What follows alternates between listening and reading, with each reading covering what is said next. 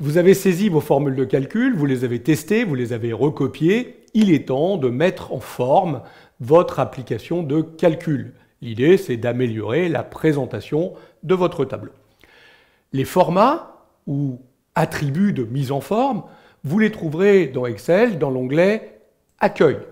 Il n'y a pas à les chercher ailleurs, ils sont tous rangés à cet endroit. C'est rangé dans différentes catégories. Vous avez les formats dits de police, dans le groupe police, c'est tout ce qui concerne la mise en forme des caractères, les polices, les tailles, les styles, mais vous trouverez également là-dedans les trames de fond ou les bordures qu'on détaillera tout à l'heure. Vous allez retrouver un groupe également alignement. Le groupe alignement contient tous les alignements, mais également les orientations de cellules, ou des renvois de lignes automatiques, ou des fusions de cellules. Là encore, nous les détaillerons dans une leçon. Et puis, vous avez un groupe qui contient tous les formats de nombres qui vous permettra d'habiller l'ensemble de vos nombres ou de vos dates en mettant des formats monétaires, plus ou moins de décimales, des pourcentages, ou toute une série de formats de dates simples, complets, etc. Enfin, les autres groupes vous permettront de créer des formats conditionnels ou des styles. Nous aurons là aussi l'occasion de détailler tout cela dans des leçons vidéo. C'est là que se trouvent toutes les commandes de mise en forme. Pour appliquer une mise en forme, il vous faudra commencer toujours par effectuer une sélection. On devra sélectionner les cellules concernées par la mise en forme. Je vous rappelle que si vous voulez appliquer une même mise en forme à des cellules non adjacentes, vous devrez utiliser la touche CTRL pour sélectionner ces cellules qui ne sont pas contiguës. Et à ce moment-là, il vous suffira d'aller cliquer sur l'un des petits boutons se trouvant dans ce ruban et dans cet onglet « Accueil ». Nous détaillerons ces boutons, bien entendu.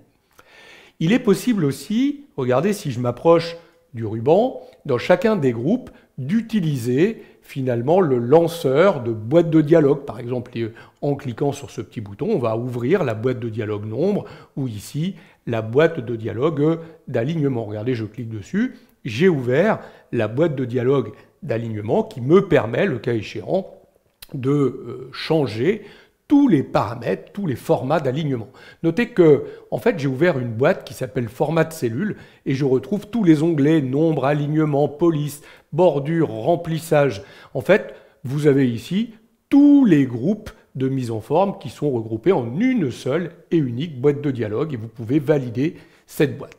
On peut également accéder à cette boîte de dialogue après avoir fait une sélection en effectuant un clic droit sur une cellule sélectionnée et en choisissant tout simplement, regardez ici, dans le menu contextuel, la commande format de cellule. C'est l'équivalent, on ouvre la boîte de dialogue de format de cellule et on a la possibilité, en cliquant sur chacun des onglets, de retrouver les commandes d'alignement, de bordure, de police, etc.